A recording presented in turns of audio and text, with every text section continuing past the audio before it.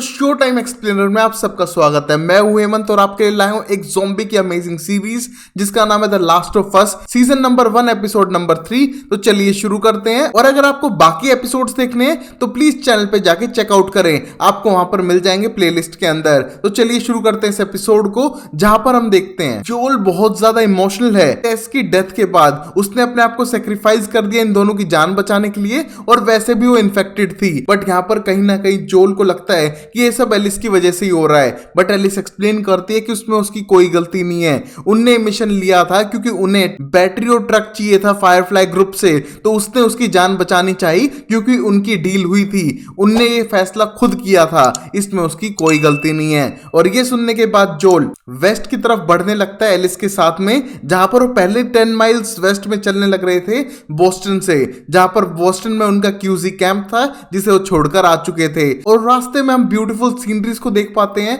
और यहाँ बार बार Alice question करने लगती है दूसरे बचे हुए लोगों के बारे में, और यहाँ पर बिल और फ्रैंक के बारे में वो जानना चाहती है और शायद ये उसी के पास जा रहे हैं। जहाँ पर जोल एक्सप्लेन करता है कि फ्रैंक तो अच्छा बंदा है बट बिल शायद इतना अच्छा नहीं है, और बाहर की दुनिया इतनी सेफ नहीं है, यहाँ पर खतरे बहुत ज्यादा हैं, इसलिए उनको थोड़ा बच के रहना पड़ेगा।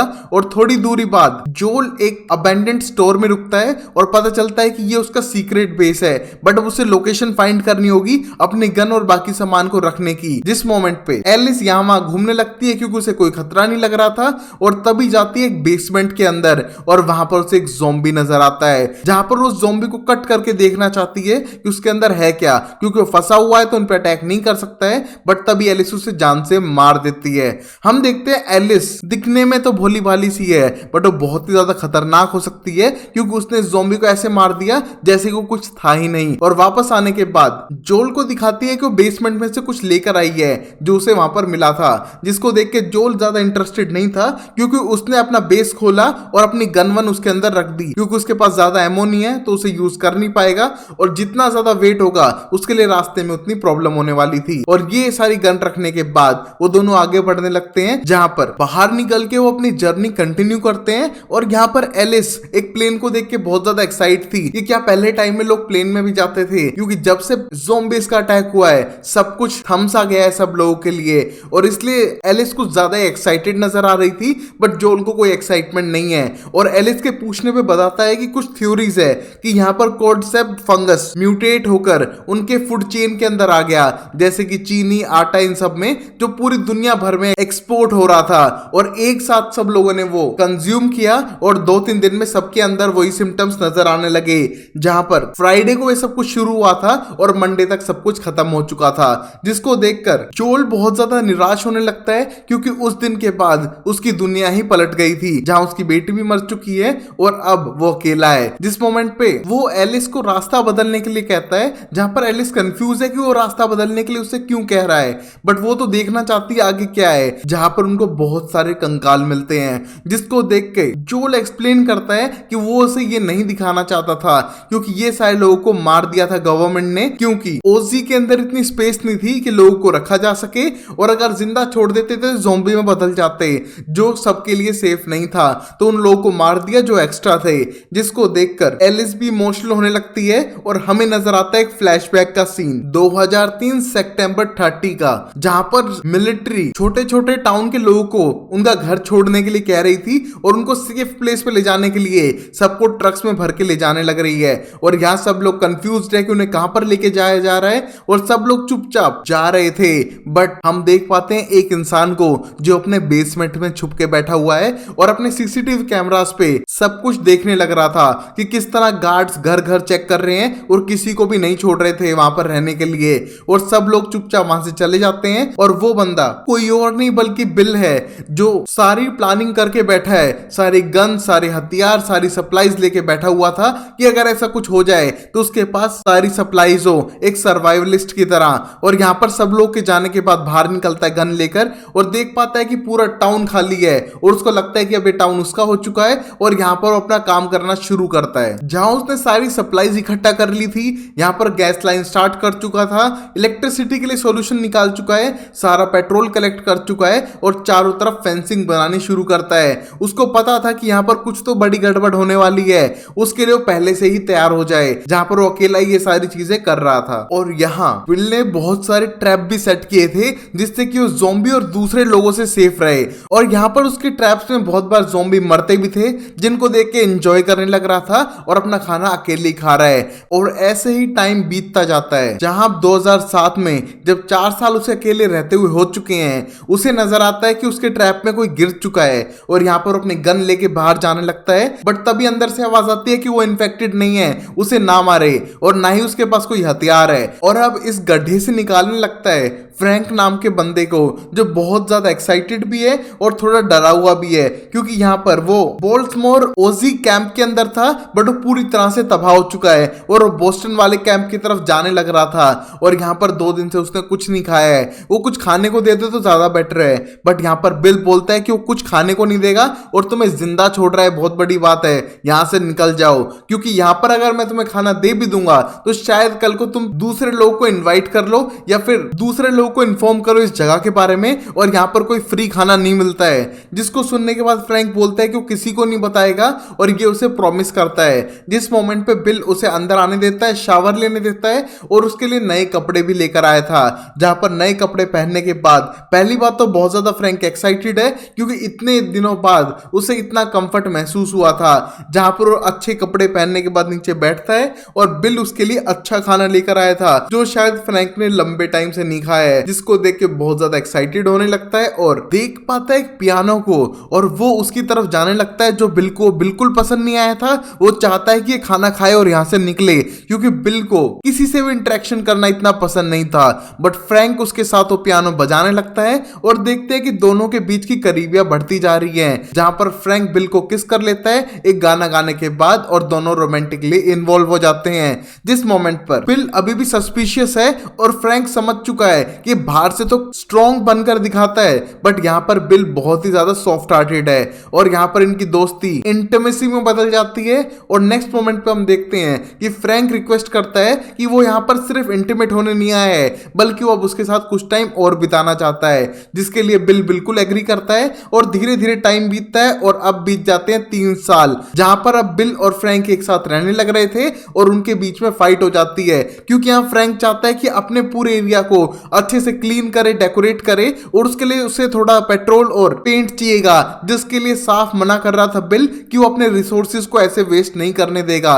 बट यहाँ पर फ्रैंक के ज्यादा जिद करने पे वो एग्री करता है, जहां पर फ्रैंक बताने लगता है कि वो चाहता है कि उनके कुछ दोस्त भी बने, उनकी लाइफ बेटर हो और वो अकेले कब तक रहेंगे, जिसके लिए बिल बिल्कुल मना करता है। और यहाँ पर देखते हैं कि फ्रैंक उसकी लाइफ में चेंजेस ला रहा था, जिस तरह की प्लेस को रेनोवेट करना और लोगों से कॉन्टेक्ट करना। जहां पर फ्रैंक रेडियो पे किसी लड़की से बात कर रहा था और उसे लगता है कि उन्हें एज अ गेस्ट इनवाइट करना चाहिए, जिसके लिए बिल बिल्कुल भी एग्री नहीं करता है। बट यहाँ पर फ्रैंक ने पहले ही रेडियो कॉन्टेक्ट से एक लड़की से बात कर ली थी जो उसके साथ ट्रेडिंग और उसके लिए दोस्ती के लिए बिल्कुल एग्री कर रही थी।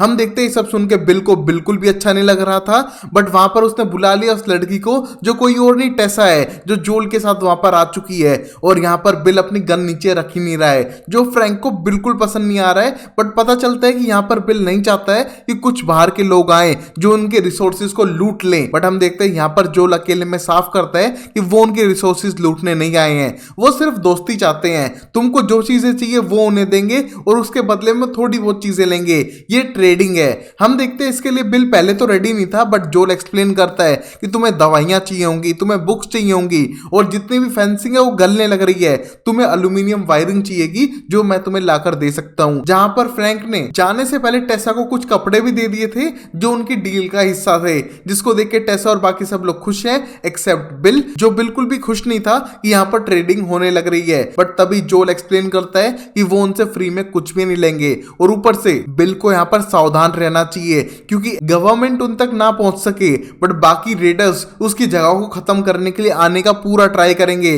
वो रात को अंधेरे में आएंगे तुम्हारी इस प्लेस को तबाह करने के लिए, तो तुम ख्याल रखना। रखना। बट हम देखते हैं बिल बोलता है कि वो अपना ख्याल रख सकता है, उसको दूसरों की जरूरत नहीं है। और ये कहने के बाद अब जोल और टेस वापस अपनी कॉलोनी की तरफ जाने लगते हैं और पता चलता है कि वो यहाँ पर ट्रेडिंग बहुत लंबे टाइम से कर रहे हैं। और कुछ टाइम बाद हम देख पाते हैं बिल और फ्रैंक को रनिंग करते हुए, जहां पर फ्रैंक सरप्राइज करता है बिल को बहुत सारी स्ट्रॉबेरीज के साथ में जो उसने टेस के साथ में ट्रेड से ली थी। जहां पर पहले तो बिल गुस्सा था कि उसकी गन क्यों दे दी इन स्ट्रॉबेरी सीड्स के बदले में, बट जब वो स्ट्रॉबेरी टेस्ट करता है तो बहुत ज्यादा इमोशनल हो जाता है क्योंकि उसने सालों से स्ट्रॉबेरी टेस्ट ही नहीं की थी। और यहाँ पर बिल और फ्रैंक बहुत ही ज्यादा इमोशनल होते हुए रोमांटिक हो रहे थे। और अब रात को बारिश होने लग रही थी और जैसा जोल ने कहा था वैसा ही हुआ। यहाँ पर रेडर्स आके अटैक करने की कोशिश करते हैं इस प्लेस को, बट यहाँ पर बिल के जितने भी ट्रैप थे वो सब काम करते हैं। उन पे कहीं आग फेंक रहे हैं और कहीं इलेक्ट्रिक शॉक लग रहा है उन्हें और कहीं उनमें शॉट किया जा रहा है। हम देखते हैं इस मोमेंट पे भी वो अंदर शूटिंग करने की कोशिश कर रहे थे और जैसे फ्रैंक की आंख खुलती है उसे बिल नजर नहीं आता है जो बाहर गन से शूट करने लग रहा था इन सब रेडर्स को जो उसकी जगह को तबाह करने के लिए आए थे। बट तभी बिल को भी एक गोली लग जाती है और फ्रैंक उसकी जान बचाने के लिए उसे अंदर रूम में लेकर आता है, जहां पर अब बिल को लगता है कि वो कभी भी मर सकता है तो उसे बता देना चाहिए कि सारी कीज की कॉपी उसके रूम के अंदर है और अब उसे अकेला नहीं रहना चाहिए। उसे जोल और टेस को अपने साथ रहने के लिए बुला लेना चाहिए क्योंकि शायद वो अकेला नहीं रह पाएगा।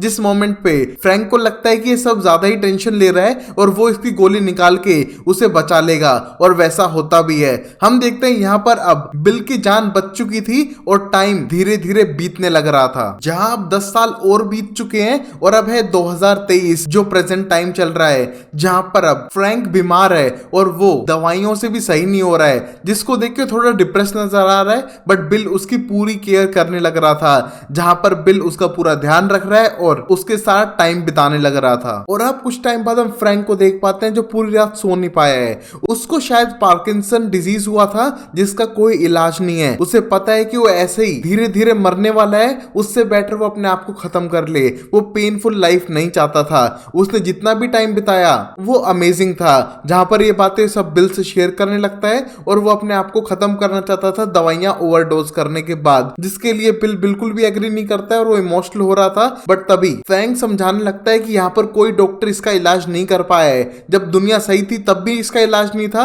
और अब भी इसका कोई इलाज है नहीं। जहां पर वो इमोशनल होने लग रहे थे बट तभी फ्रैंक एक्सप्लेन करता है कि जितना भी टाइम उसने बिताया है वो अमेजिंग था। हाँ कुछ बैड डेज भी थे बट उसने सब कुछ अच्छे से किया। उसका लगभग अच्छा गुड टाइम बिल के साथ ही बीता है तो लास्ट डे एक बिताना चाहता है उसके साथ, जहां पर वो उससे शादी कर लेगा और उसकी पसंद के कपड़े पहनेगा, उसके लिए एक अच्छा सा खाना बनाएगा और शाम को उसकी वाइन में वो सारी दवाइयां ओवरडोज करके उसे मार देगा क्योंकि उससे बेटर उसके लिए कुछ नहीं होगा। वो अब पेनफुल लाइफ नहीं जीना चाहता है। जिसको सुन के बिल बहुत ज्यादा इमोशनल होने लगता है बट वो फ्रैंक की बात को टाल नहीं सकता है। जहां पर वो फ्रैंक के साथ जाने लगता है उस बुटीक में जहां पर वो नए कपड़े पहनते हैं, एक दूसरे को रिंग पहनाते हैं और अच्छे से टाइम स्पेंड कर रहे थे क्योंकि यहाँ आज फ्रैंक का आखिरी दिन है। और अब हम देख पाते हैं रात के डिनर पे बिल ने अपना फेवरेट खाना बनाया था दोनों के लिए और खाना खाने के बाद ड्रिंक सर्व करने लगता है, जहां पर सारी दवाई फ्रैंक के ग्लास में डाल देता है और फ्रैंक को वो ड्रिंक करने देता है। जहां उसने सारी दवाइयां फ्रैंक के ग्लास में डाल दी थी जिसको फ्रैंक पी जाता है, बट तभी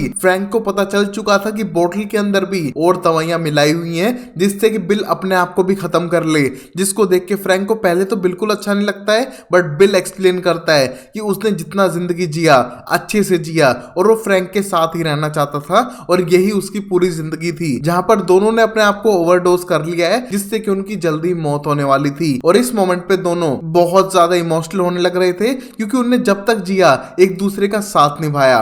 जहां पर अब वो जा रहे थे अपने बेडरूम की तरफ जहां पर वो मरने वाले थे। हम देखते हैं वो खुशी खुशी अपनी मौत को एक्सेप्ट करते हैं क्योंकि जितने टाइम भी वो एक दूसरे के साथ रहे उन्हें एक दूसरे का साथ अच्छा लगा था। और अब प्रेजेंट टाइम में हम देख पाते हैं कि यहाँ पर जोल और एलिस आ चुके थे बिल की प्लेस पे, बट यहाँ पर पासकोड खुद खोलता है जोल और अंदर जाने लगता है जहां पर उसको कोई नजर नहीं आ रहा था और वो सोचते हैं कि शायद उन्हें कुछ हो तो नहीं गया है और यहाँ पर एलिस को सावधान रहना पड़ेगा।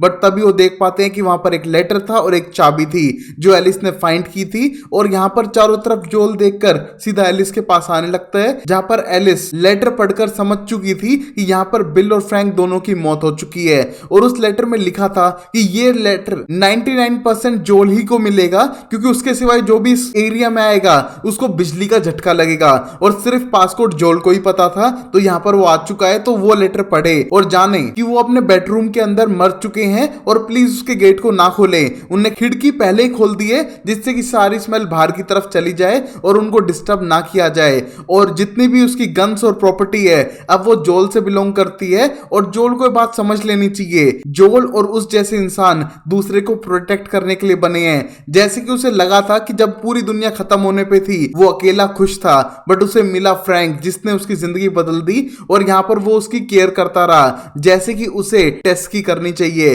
और उसकी प्रोटेक्शन के लिए वो पूरी जगह को यूज कर सकता है। जिसको सुनने के बाद जोल बहुत ज्यादा इमोशनल होने लगता है क्योंकि यहाँ बिल और वो इतने अच्छे दोस्त नहीं थे, बट वो अपने फ्रेंड्स को कहीं ना कहीं प्रोटेक्ट ही कर रहे थे। जिस मोमेंट पे जोल बहुत ज्यादा इमोशनल होने लगता है और वो चाबी लेके जाता है गैराज में जहां पर एक गाड़ी थी और बैटरी भी थी, जिसको देख के वो खुश होने लगता है कि शायद वो फायरफ्लाई वाले ग्रुप तक पहुंच जाएंगे। और तभी एलिस से आके उसका हाथ चेक करने लगता है कि अगर वो रियल में क्योर है तो शायद हम सब बच सकते हैं। जहां पर जोल उसे ले जाने वाला था अपने भाई के पास में क्योंकि वो पहले फायरफ्लाई के लिए काम करता था और वो शायद उसे उस लैब में पहुंचा पाए जहां पर कोई क्योर बन सके। बट तब तक के लिए रूल्स हैं कि वो टेस्ट के बारे में कोई भी क्वेश्चन नहीं पूछेगी और जो वो कहेगा वो करना पड़ेगा उसे। जहां पर ये एलिस एक्सेप्ट करती है और उसके साथ गाड़ी में जाने के लिए तैयार थी। और अब जोल और एलिस सारा सामान कलेक्ट करने लगते हैं गन्स और बाकी सारी सप्लाईज में और बाकी सारी सप्लाईज को।